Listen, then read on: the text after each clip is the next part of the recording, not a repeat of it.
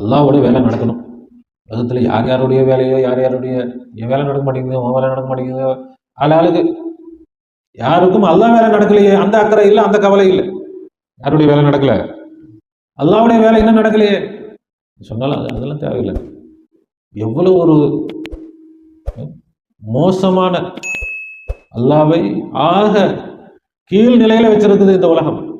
உங்க பேருக்கு அல்லாவை வச்சு உங்க பிசினஸ் பண்றாங்களே தவிர, அல்லாவை கொண்டு இறைவன் கடவுள் இதை கொண்டு எல்லாம் எல்லா மதத்திலையும் எல்லாம் ஒவ்வொரு கூட்டமும் அல்லாஹ் இருக்குதுன்னு சொல்லி இறைவன் இருக்கிறான்னு ஒரு பிசினஸ், இறைவனே இல்லைங்க அப்படி ஒரு பிசினஸ். யாருக்கும் உண்மையில் இறைவன் யார், அவனுடைய நோக்கம் என்ன, அவனுடைய லட்சியம் என்ன, அது அக்கறை கிடையாது. அப்படிப்பட்டவர்களை பற்றி நாம அக்கறைப்பட வேண்டிய அவசியமே கிடையாது. மனுஷனுக்கு யாரும் மதிப்பு கொடுக்கறதே இல்லை. எவ்வளவு நல்லவங்களா இருந்தா அவ்வளவு அவங்களை கெடுப்பதற்கும், அவர்களுக்கு கெடுதல் செய்யறதுக்கும், அவர்களை ஏமாற்றுவதற்கும், அவர்களிடம் இருக்கக்கூடிய நியமத்துகளை பிடுங்குவதற்கும் நபி ஸல்லல்லாஹு அலைஹி வஸல்லம் அவர்களே கொலை செய்யறதுக்கு பார்த்தாங்களே முனாஃபிக்குகள். எப்போ? மக்காவில் இல்லை, மதீனாவில் வச்சு. எவ்வளவோ வெற்றிகளுக்கு பிறகு, அல்லாஹ்தாலா எவ்வளவோ அற்புதங்களை காட்டினதுக்கு பிறகு என்ன செஞ்சாங்க? கொலை செய்யறதுக்கு பார்த்தாங்க. யாரெல்லாம் இறைவனை பற்றி பேசுகிறார்கள், வணக்க வழிபாடுகள் அப்படின்னா காசு பணம் எந்த தோல்வி, நாங்களும் சம்பாரிச்சுக்கிறோம், நீங்களும் சம்பாரிச்சுக்கோங்க, கூட்டு கலவணியாக இருந்துட்டா ரொம்ப சந்தோஷம். ரொம்ப தீனு, அல்லாஹ், ரசூலு, மார்க்கம் அப்படி இப்படிலாம் ஓவராக நீங்கள் போகக்கூடாது. போனால் நாங்களும் வரமாட்டோம், ரொம்ப போனீங்கன்னா உங்களையும் விட்டு வைக்க மாட்டோம். அஸ்ஸலாமு அலைக்கும் வரஹ்மத்துல்லாஹி வபரகாத்துஹு. அல்ஹம்துலில்லாஹ் அல்ஹம்துலில்லாஹி ரப்பில் ஆலமீன்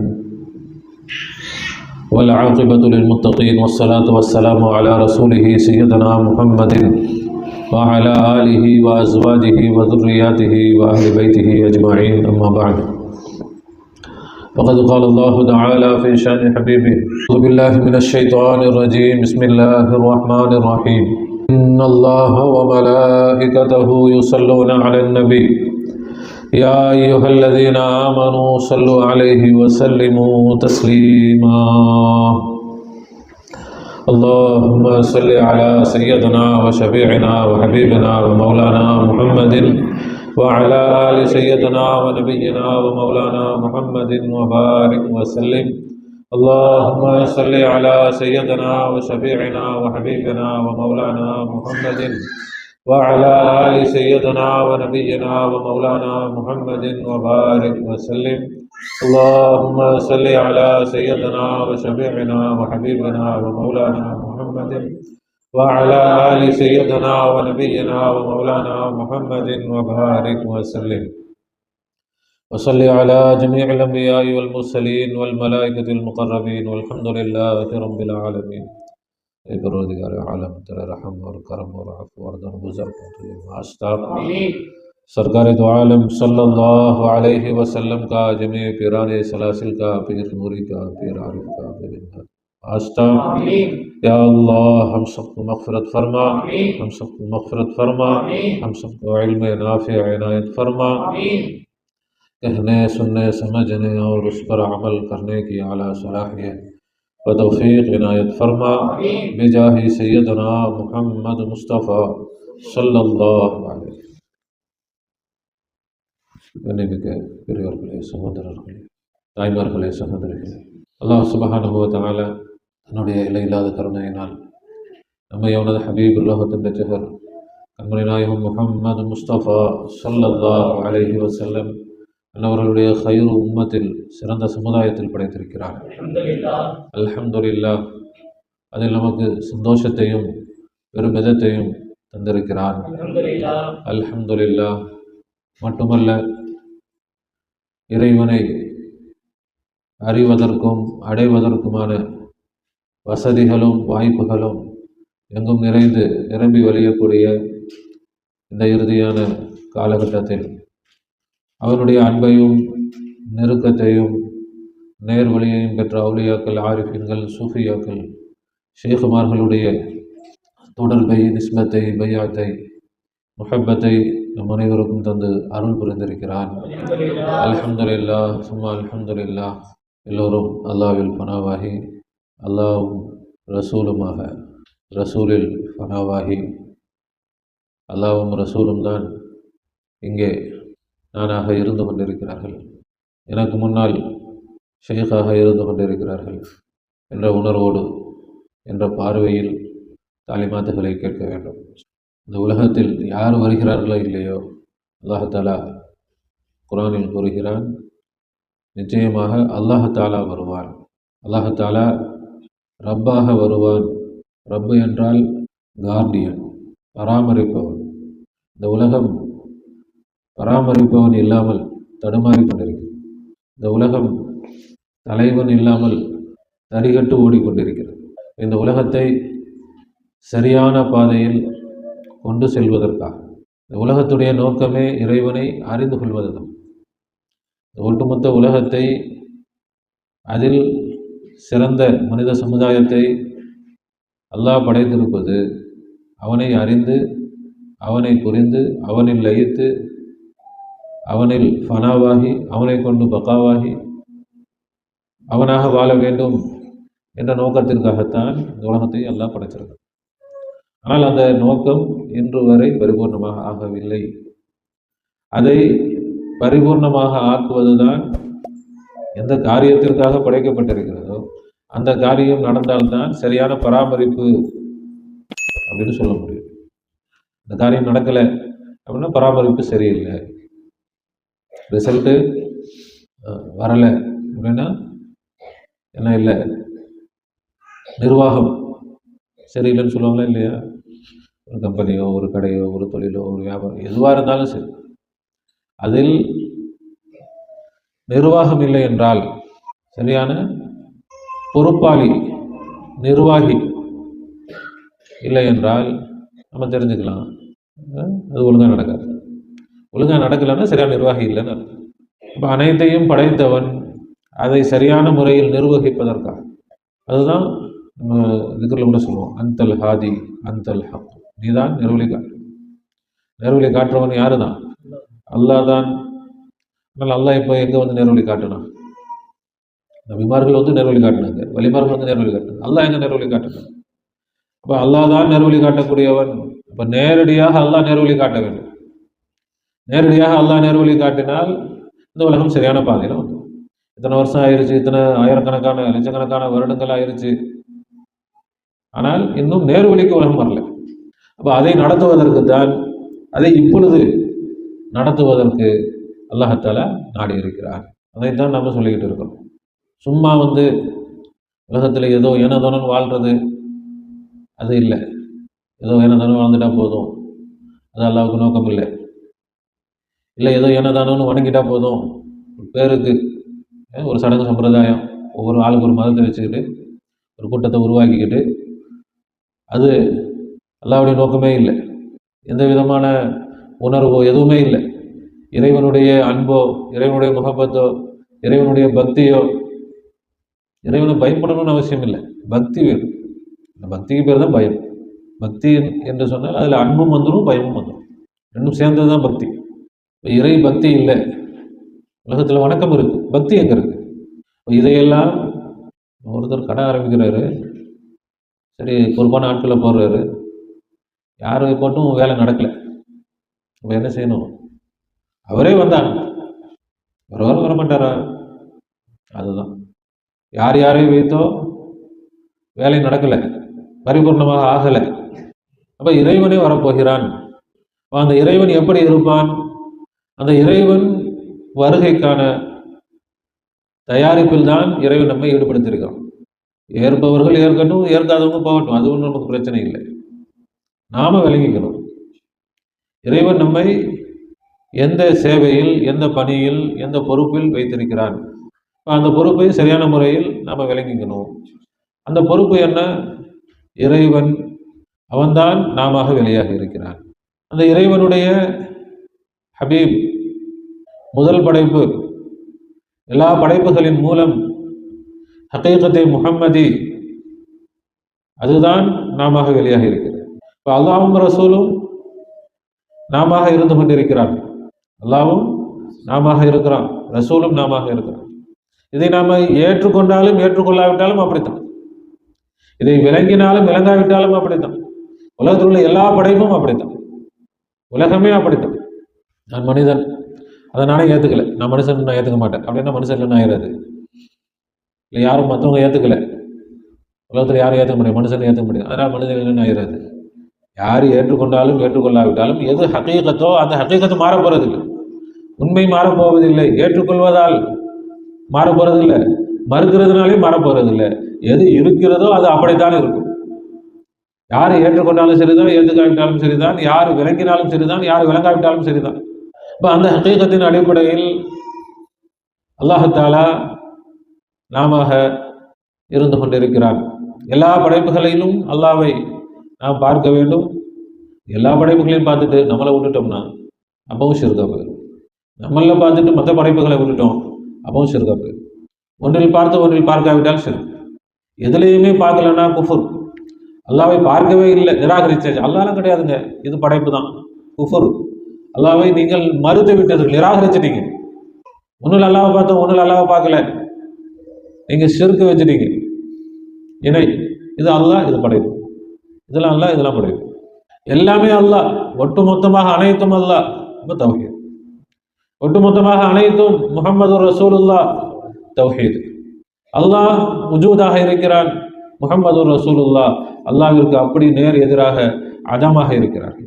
அல்லாஹ்வும் ரசூலும் எதுவரை படைப்புகளாக வெளியானார்கள், படைப்புகளாக வெளியாகி இருக்கிறார்கள், இப்பொழுது இறைவனாக வெளியாக போகிறார். இறைவனாக வெளியாகுவதற்கான தீர்மானத்துக்கு வந்திருக்கிறாங்க. அந்த இறைவன் ஒரு மனிதன்தான். மனிதன்தான் இறைவனாக.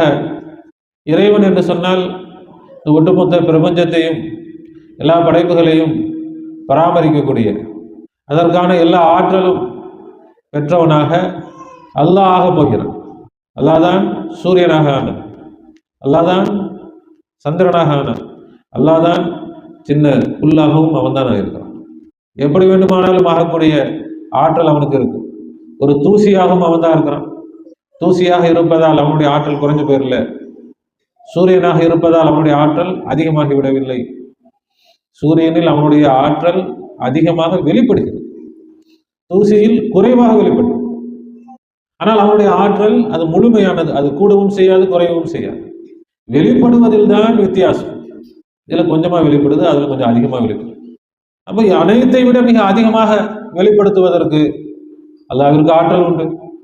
இதுவரை வெளிப்படுத்திய ஆற்றலை விட பிரம்மாண்டமான ஆற்றலை வெளிப்படுத்துவதற்கு அல்லாஹ்விற்கு ஆற்றல் இருக்கிறது. பிரம்மாண்டமாக வெளிப்படுவதற்கு, சர்வ சக்தி படைத்தவனாக வெளிப்படுவதற்கு, சர்வ ஆற்றல் படைத்தவனாக வெளிப்படுவதற்கு அல்லாஹ்விற்கு ஆற்றல் இருக்கிறது. அல்லாஹ் அப்படி வெளிப்பட போகிறான். எந்த படைப்புக்கும் எந்த ஆற்றலும் இல்லை, எந்த படைப்புக்கும் ஒரு துளி அளவு ஆற்றலும் இல்லை. முழு ஆற்றல் அன்னல் கூவத லில்லாஹி ஜமீஆ, சக்தி முழுவதும், ஆற்றல் முழுவதும் அல்லாஹ்விற்கு மட்டுமே சொந்தமானது. ஜமீஅன், ஒட்டுமொத்த ஆற்றலும் அல்லாஹ்வுக்கு மட்டும்தான். யாருக்கும் எதற்கும் என்ன கிடையாது, துளி அளவு கூட சக்தி கிடையாது. எந்த படைப்பில் எவ்வளவு ஆற்றலை வெளிப்படுத்த வேண்டும் என்று அவன் தீர்மானிக்கிறானோ அவ்வளவு ஆற்றலை வெளிப்படுத்துவதற்கான ஆற்றல் அல்லாஹ்விற்கு இருக்கிறது. அல்லாஹ்வோட வேலை நடக்கணும். உலகத்துல யார் யாருடைய வேலையோ, யார் யாருடைய என் வேலை நடக்க மாட்டேங்குது, உன் வேலை நடக்க மாட்டேங்குது, ஆளுக்கு யாருக்கும் அல்லாஹ் வேலை நடக்கலையே அந்த அக்கறை இல்லை, அந்த கவலை இல்லை. யாருடைய வேலை நடக்கல, அல்லாஹ்வுடைய வேலை இன்னும் நடக்கலையே சொன்னாலும் அதெல்லாம் தேவையில்லை. எவ்வளவு ஒரு மோசமான, அல்லாஹ்வை ஆக கீழ் நிலையில வச்சிருக்குது இந்த உலகம். உங்க பேருக்கு அல்லாஹ்வை வச்சு உங்க பிசினஸ் பண்றாங்களே தவிர அல்லாஹ்வை கொண்டு, இறைவன் கடவுள் இதை கொண்டு எல்லாம் எல்லா மதத்திலையும் எல்லா ஒவ்வொரு கூட்டமும் அல்லாஹ் இருக்குதுன்னு சொல்லி இறைவன் இருக்கிறான்னு ஒரு பிசினஸ், இறைவனே இல்லைங்க அப்படி ஒரு பிசினஸ். யாருக்கும் உண்மையில் இறைவன் யார், அவனுடைய நோக்கம் என்ன, அவனுடைய லட்சியம் என்ன, அது அக்கறை கிடையாது. அப்படிப்பட்டவர்களை பற்றி நாம் அக்கறைப்பட வேண்டிய அவசியமே கிடையாது. நாம் அல்லாஹ்வுக்காக அக்கறை எடுத்துக்கொண்டோம், அல்லாஹ் தஆலா நம்மை கொண்டு வேலை வாங்குகிறான். நாம அல்லாஹ்விற்காக நாம் கவலைப்பட்டோம், அல்லாஹ்வுக்காக சிந்தித்தோம், அல்லாஹ் நம்மை வழி நடத்துகிறான். நம்மை கொண்டு அவனுடைய காரியத்தை பூர்த்தியாக்குகிறான். பெரிய முதலாளி இருக்கிறார், எத்தனையோ வேலைக்காரங்க இருக்கிறாங்க, எல்லாம் அவங்கவுங்க பொழப்பு தான் பார்க்குறாங்க. அதில் ஒரு வேலைக்காரர் முதலாளி மேலே அக்கறை எடுத்துக்கிறார், இந்த வியாபாரத்து மேலே அக்கறை எடுத்துக்கிறார். உண்மையான அக்கறையோடு உண்மையான ஆர்வத்தோடு வேலை செய்கிறார். முதலாளி நல்லா இருக்கணும்னு நினைக்கிறார். இப்போ முதலாளி என்ன செய்வார்? முதலாளிக்கு நல்லா தெரியுது, இப்போ பார்க்குறாரு, இப்போ இவர் தான் மேனேஜர், எல்லாரும் இவர் பேச்சை கேட்டு நடங்க, ஆக்குவாரா ஆக்க மாட்டாரா? அதுபோல் அல்லாஹ் ஆக்குகிறான், அதுபோல் அல்லாஹ் ஆக்கி இருக்கிறான். அப்போ புறம்படத்தான் செய்வாங்க, ஒரு வேலையும் பார்க்காம இருப்பாங்க. ஆனால் முதலாளி யாருக்காவது ஒரு நல்லது செஞ்சுட்டா சண்டைக்கு, பொறாமைக்கு, போட்டிக்கு வரதான் செய்வாங்க. இப்போ இந்த பிரபஞ்சத்திற்கு, முழு உலகத்திற்கும் முதலாளி அல்லாஹ். அந்த அல்லாஹ்விற்கு நாம உண்மையாக இருந்தோம், உண்மையாக இருக்கிறோம். அல்லாஹ் நம்மை தன்னுடைய கையில எடுத்துக்கிட்டான். நம்மை அவனுடைய காரியத்திற்காக பயன்படுத்த ஆரம்பிச்சிட்டான். அவனுடைய வேலைக்காக, அவனுடைய லட்சியத்திற்காக, அவனுடைய நோக்கத்திற்காக அவன் நம்மை ஒரு கருவியாக அவன் பயன்படுத்திக் கொள்கிறான். நாம் அவனுக்கு முழு ஒத்துழைப்பு தருகிறோம். இல்லை யாருக்கு என்ன பிரச்சனை? எல்லாத்துக்கும் பிரச்சனை தான், அதை நம்ம ஒன்றும் பண்ண முடியாது. அது எல்லாம் எவ்வளவு பிரச்சனை வரும், அவ்வளவு பிரச்சனைகளை சமாளிப்பதற்காகத்தான் அல்லாஹ் முழு ஆற்றலோடு வருகிறார். ஒருத்தர் மேலே இருக்கிறப்பட்ட எல்லாம் யாரும் சொல் பேசி கரெக்ட் பண்ணிக்கிறாங்க. ஆகுற முதலாளியே கூட நின்று பார்க்குறாரு. அப்போ எல்லாரும் கட்டுப்பட்டு நடப்பாங்க, நடக்க மாட்டாங்களா? அதுதான் அல்லாஹ்வே வரப்போம். மனுஷனுக்கு யாரும் மதிப்பு கொடுக்கறதே இல்லை. மனுஷனுக்கு எவ்வளோ நல்லவங்களாக இருந்தால் அவ்வளவு அவங்களை கெடுப்பதற்கும், அவர்களுக்கு கெடுதல் செய்கிறதுக்கும், அவர்களை ஏமாற்றுவதற்கும், அவர்கள்ட்ட இருக்கக்கூடிய நியமத்துகளை பிடுங்குவதற்கும் நபி ஸல்லல்லாஹு அலைஹி வஸல்லம் அவர்களே கொலை செய்கிறதுக்கு பார்த்தாங்களே முனாஃபிக்குகள். எப்போ? மக்காவில் இல்லை, மதீனாவில் வச்சு. எவ்வளவோ வெற்றிகளுக்கு பிறகு, அல்லாஹ் தஆலா எவ்வளவோ அற்புதங்களை காட்டினதுக்கு பிறகு என்ன செஞ்சாங்க? கொலை செய்கிறதுக்கு பார்த்தாங்க. மூசா அலைஹிஸ்ஸலாம் எவ்வளவோ அற்புதங்களை காட்டுறாங்க. ஃபிரௌன்கிட்ட அவ்வளோ கஷ்டப்பட்டு கூட்டிகிட்டு வராங்க. ஃபிரௌன்கிட்ட இருக்கும்போதும் கம்பை போட்டால் பாம்பாயிருது, கையை வச்சா அப்படி மின்னுகிறது. அதுக்கு பிறகு எவ்வளவோ ஃபிரௌனுடைய கூட்டத்திற்கு முசீபத்துகள் வரும். பனு இஸ்ராயல்களுக்கு எந்த பிரச்சனையும் இருக்காது. அவர்களுக்கு தண்ணி ரத்தமாக மாறிடும், பனு இஸ்ராயலுக்கு தண்ணியாக இருக்கும். அவர்களுக்கு ஒரே தவளைகள் வந்துடும், உங்கள்ட்ட ஒன்றும் இருக்காது. இப்படி பல ஆதாரங்களை எல்லாம் காட்டி யூதர்களை கூட்டிட்டு வராங்க. மூசா அலைஹிஸ்ஸலாம் கூட்டிட்டு வரும் பொழுதும் ஃபிரௌன் பின்னாடி துரத்திட்டு வரான். கடலை அடிக்கிறாங்க, 12 பாதைகளாக பிரியுது, அதை கடந்து போறாங்க. ஃபிரௌனுடைய கூட்டம் மூழ்கடிக்கப்படுகிறது. இதெல்லாம் எவ்வளவு பெரிய அற்புதம்! இவ்வளவு அற்புதங்களை காட்டியதற்கு பிறகும் மூசா அலைஹிஸ்ஸலாம் வாங்க போருக்கு போகலாம், போர் கூட தேவையில்லை. மூசா அலைஹிஸ்ஸலாம் என்ன சொன்னாங்க? அந்த ஒரு ஊருக்குள்ளே போனோம்னா அல்லாஹ் இந்த ஊரை நமக்கு வெற்றியாக்கி கொடுத்துருவோம். ஆனால் அந்த மக்கள் என்ன சொன்னாங்க? ஃபத்ஹப் அன்த வ ரப்புக், நீயும் ஒரு ரப்பும் போ. ஃபகாத்திலா, 2 பேரும் போய் சண்டை போடுங்க. இன்ன ஹாஹுனா காயிதும், நாங்கள் இங்கே உட்காந்துருக்கோம், வெற்றி கிடைச்சா வரும், செத்து போனால் நீங்கள் மட்டும் செத்து போயிடுவோம், நாங்கள் தனியாக போயிடுவோம். இதுதான் மனித இனம். இப்படித்தான் எல்லா நபிமார்களிடத்திலும், எல்லா வலிமார்களிடத்திலும் மனித இனம் மிக மிக மோசமான.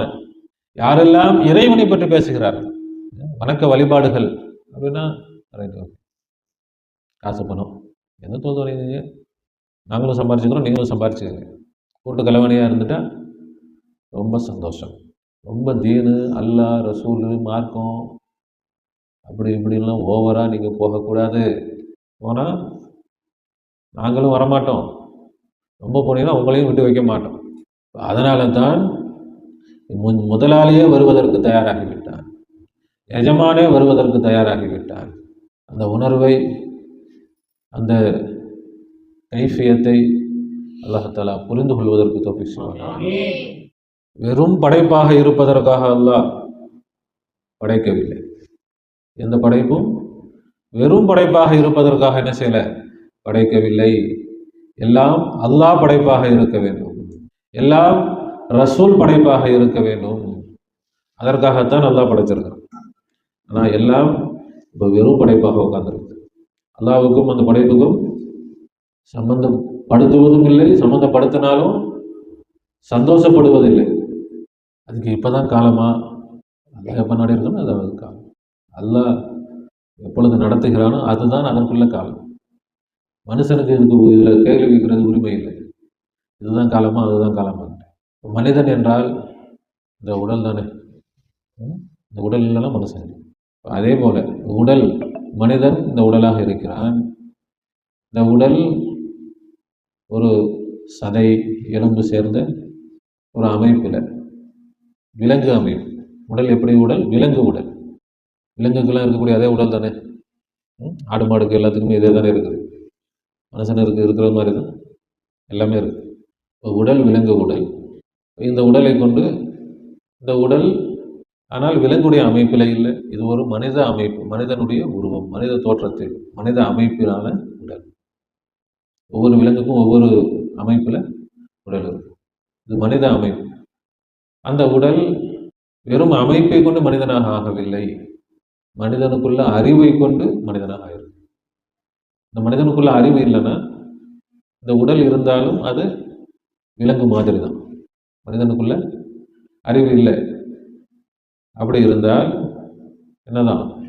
அறிவு இல்லைன்னு சொன்னால் இது மனித அமைப்பில் இருந்தாலும் இது விலங்கு. விலங்கு உடல் அறிவை கொண்டு மனிதனாக ஆயிருக்கு. அதே போல இதே உடல் தான் இங்கே இறைவன் வெளிப்படுகிறான், காட்சி தருகிறான் என்றால் இந்த உடல் இதே நிலையில் இருக்கிறது. கொஞ்சம் இந்த உடல் ஆற்றல் உடலாக மாறிவிடும். மனிதனுக்கு உடலுடைய கட்டுப்பாடு இருக்கா? ஆற்றல் என்ன நடக்குது தெரியாது. ஆனால் இறைவனுக்கு உடலுடைய கட்டுப்பாடு இருக்கு. ஒட்டுமொத்த உடலையும் இறைவனால் பார்க்க முடியும். ஒவ்வொரு அணுவையும் இறைவனால் பார்க்க முடியும், உணர முடியும். ஒவ்வொரு அணுவும் ஆற்றலாக மாறிவிடும். மனித உடல், இந்த மனித அமைப்பில் இறைவன் என்று சொன்னால் ஆற்றல் தானே. ஆற்றல் இருந்தால் தான் இறைவன் எதையும் செய்யும். ஆற்றல் எல்லாத்துலேயும் ஆற்றல் வர வேண்டுமானால் முதல்ல இறைவனுக்கு தன் மீது ஆற்றல் வரும். இறைவனே ஆற்றலாக ஆகிவிடும். இந்த உடலே ஆற்றலாக ஆகிவிடும். ஒவ்வொரு அணுவும் ஆற்றலால் நிரம்பி வழியும். அதுதான் லத்தீஃப், நுட்பமானவன். லத்தீஃபுக்கு உதாரணம் சொல்லுவாங்க. சூரிய வெளிச்சம் வீட்டில் ஒரு ஓட்ட வழியாக வருது, ஒரு கோடு மாதிரி தெரியும். அதில் பார்த்தால் நிறைய தூசிகள் பறந்துட்டு, அதுதான் லத்தீஃப். அப்படி இறைவன் நுட்பமானவன். திடமாக தெரியுதா இல்லையா? இந்த உடல் திடமாக தெரியுது. அந்த திடத்தன்மை அது மாறி லத்தீஃபாக ஆகிவிடும், ஆற்றலாக ஆகிவிடும். நாம் இறைவனாக போகிறோம். எல்லாரும் சைதா செய்யுங்க, எல்லாரும் தொழுவுங்க, எல்லாம் பூஜை பண்ணுங்க, நான் தான் கடவுள் அப்படிலாம் சொல்லவே இல்லை. இறைவனுக்கு அது தேவையே இல்லை. இறைவனுக்கு தேவை நான் யார் என்பதை அறிந்து கொள், நான் யார் என்பதை புரிந்து கொள்ளுங்கள், என்ன தெரிஞ்சுக்கங்க, என்னுடைய வல்லமை என்னன்னு தெரிஞ்சுக்கங்க, நான் எப்படியெல்லாம் இருக்கிறேன் அதை தெரிஞ்சுக்கங்க.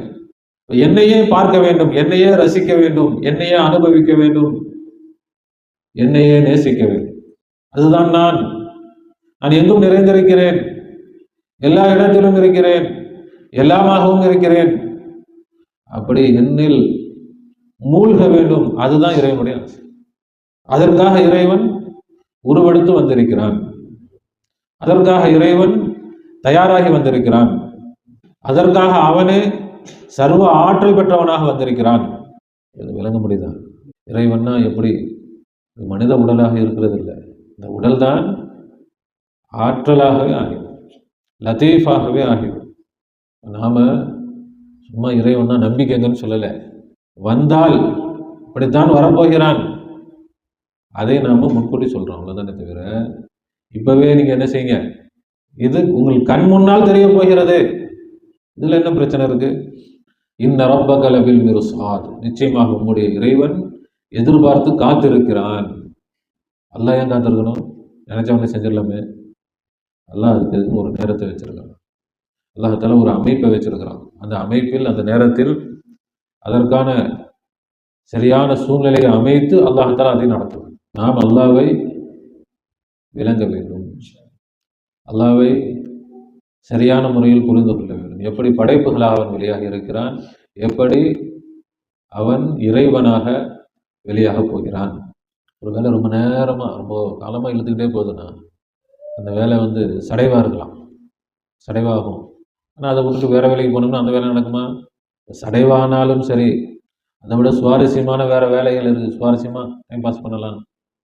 அதுக்கெல்லாம் நமக்கு நேரத்தை நம்ம கொடுத்தோம், நம்முடைய வேலை என்ன செய்யாது, பூர்த்தியாக.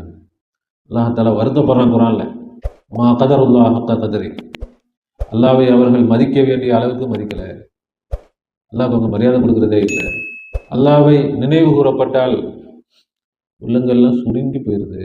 வைதா துக்ரல்லாஹ் வஹ்தஹு, அவனை மட்டும் தனியா, ஆனால் வஹ்தஹு அவன் தனித்தவன், ஆனால் தனியாக பேசுறதுக்கு யாரும் தயார் இல்லை, தனியாக கேட்கறதுக்கு யாரும் தயார் இல்லை. 1400 வருஷத்துக்கு முன்னாடியே சொல்லி நம்ம இப்போ சொல்ல வேணும். இந்த சஹாபாக்கள் காலத்திலே அப்படின்னா இப்போ சொல்ல வேணும். ரசூலும் சஹாபாக்களுக்கு தான் அந்த ஆயத்து இறங்குது. அங்கேயே அப்படின்னா இப்போ வைதா துக்ரல்லாஹு வஹ்தஹு இஸ்மஅஸ்ஸத் குலூபுல்லதீன லா யுமினூன பில் ஆখিরাহ. இப்போ அந்த நேரத்தில் யார் பேசியிருப்பா? ரசூல்லா தான் பேசியிருப்பாங்க. ரசூல்லா பேசினாலே உள்ளம் சுருங்கி போகுதுன்னா, வைதா துக்ரல்லதீன மின் தூனிஹி, அல்லாஹ் அல்லாத மற்றதெல்லாம் கதைகள் பேசினா யஸ்தப்ஷிரூன், அப்படியே குதூகலமாகிறாங்க. அல்லாஹ் பற்றி மட்டும் பேசினா அப்படி சுருங்கி போயிடுது, உள்ளம் இறுகி போயிடுது. அல்லாஹ் தஆலா பூர்த்தியாக்கி தருவானாக, முழுமைப்படுத்தி தருவானாக. நாம் எல்லா படைப்புகளிலும் அல்லாஹ்வை பார்த்து, நம்மிலும் அல்லாஹ்வை பார்த்து, ரசூலையும் ஹகீகத்தை முஹம்மதியும் எல்லா படைப்புகளிலும் பார்த்து, நம்மிலும் பார்த்து, அடுத்து அல்லாஹ் தஆலா எப்படி வெளியாக போகிறான், அவன் இறைவனாக, எஜமானாக, ரப்பாக, குர்ஆனுடைய வார்த்தையில் சொன்னால் ரப்பாக வரப்போகிறான். அல்லாஹ் எப்படி வரப்போகிறான்? ரப்பாக வரப்போகிறான். வஜா ரப்புக, நம்முடைய ரப்பு வருவான். இப்போவும் ரப்பா தானே இருக்கிறான், இப்போ மறைவான ரப்பாக இருக்கிறான். இப்போ வெளிரங்கமாக பராமரிக்கலையே அல்லாஹ், எல்லாம் படைப்புகள் தானே கையில் இருக்குது, படைப்புகள் கையில் தானே இருக்குது, சின்ன பின்னமாகிட்டு இருக்கிறாங்களா இல்லையா? அப்போ அல்லாவே ரப்பாக, எஜமானாக, முதலாளியாக அல்லாஹ் வரப்போகிறான். அதுதான் நமக்கு புரிகிற மாதிரி கடவுளாக வரப்போகிறான், இறைவனாக வரப்போகிறான் நம்ம சொல்லிட்டு இருக்கோம். இறைவனாக வருவது என்றால் அந்த நிலை எப்படி, அதை நாம் விளங்கி அதை கவனத்தில் வைத்து நாம் திக்ர் செய்யணும். அல்லாஹ் அல்லாஹ் அல்லாஹ் அல்லாஹ் அப்படின்னு நம்ம திக்ர் செய்யும்போது அதை கவனத்தில் வச்சு அல்லாஹ்வை பார்த்து, அல்லாஹ்வை சிந்தித்து, அல்லாஹ் தஆலா அடுத்து எடுக்க போகிற மிக பிரம்மாண்டமான, மிக முக்கியமான அவனுடைய தஜல்லியை கவனத்தில் கொண்டு வந்து அதை நாம் உணர்ந்து, இந்த ஹாலும் கைஃபியத்தும் நமக்கு வரணும், அதை உணர்ந்து நாம் திக்ர் செய்யணும். அப்போ அது விரைவில் நடந்துவிடும். அல்லாஹ் வருவதற்கு அல்லாஹ் தானே முயற்சி செய்யணும், அல்லாஹ் தான் முயற்சி செய்யறான். நம்மை கொண்டு முயற்சி செய்வது யாரு தான்? அல்லாஹ் தான். அல்லாஹ் தான் இருக்கிறான்னா அல்லாஹ் தான் முயற்சி செய்யறான். அல்லாஹ் படைப்படை இல்லாம தனியா இருந்து தான் முயற்சி செய்யணுமா? படைப்போடு இருந்து முயற்சி செஞ்சா அது அல்லாஹ்வுடைய முயற்சி இல்லையா? படைப்போடு இருந்து செய்யக்கூடிய முயற்சி அதுவும் அல்லாஹ்வுடைய முயற்சி தான். இப்போ அல்லாஹ் தான் நம்மை கொண்டு முயற்சி செய்கிறான். அந்த முயற்சியை நாம பரிபூர்ணமாக ஆக்கணும், அந்த முயற்சியை நாம பலமானதாக ஆக்கணும், அதை ஒரு பலவீனமானதாக ஆக்கிடக்கூடாது, அதை நல்ல சிறப்பாக செய்யணும். அல்லாஹ் தஆலா தௌஃபீக் செய்வானாக. அவனுடைய லட்சியத்தில் அவனுக்கு நாம் எல்லா வகையிலும் நாம் செய்ய வேண்டிய கடமைகளை பரிபூர்ணமாக செய்வதற்கு தௌஃபீக் செய்வானாக. நம்முடைய குறைபாடுகளை அல்லாஹ் தஆலா நீக்குவானாக. நமக்கு இந்த பாதையில் முன்னேறுவதற்கு நல்ல சக்தியை, பலத்தை தருவானாக. அதற்கான மன உறுதியை தருவானாக, உத்வேகத்தை தருவானாக, உற்சாகத்தை தருவானாக. எல்லா வகையிலும் நம்மை அவன் தயார்படுத்துவானாக. அவனுடைய நோக்கத்திற்கான அத்தனை தகுதிகளையும் பரிபூர்ணமாக நமக்கு தந்தருள் புரிவானாக. மிக விரைவில் அவனுடைய லட்சியத்தை பூர்த்தியாக்கக்கூடியவர்களாக நம்மை அல்லாஹ் ஆக்குவானாக. அவனை கண்குளிர கண்டு ரசிப்பதற்கு அல்லாஹ் தௌஃபீக் செய்வானாக. அவனை அனுபவிப்பதற்கு அல்லாஹ் தௌஃபீக் செய்வானாக. ரப்பனா ظلمنا أنفسنا وإن لم تغفر لنا وترحمنا لنكونن من الخاسرين. ربنا لا تزغ قلوبنا بعد إذ هديتنا وهب لنا من لدنك رحمة إنك أنت الوهاب. وفوض أمري إلى الله إن الله بصير بالعباد. حسبنا الله ونعم الوكيل، نعم المولى ونعم النصير. غفرانك ربنا وإليك المصير. آمين آمين برحمتك يا أرحم الراحمين. صلى الله على محمد صلى الله عليه وسلم. صلى الله على محمد صلى الله عليه وسلم. صلى الله على محمد يا ربي صل عليه وسلم. السلام عليكم ورحمة الله وبركاته.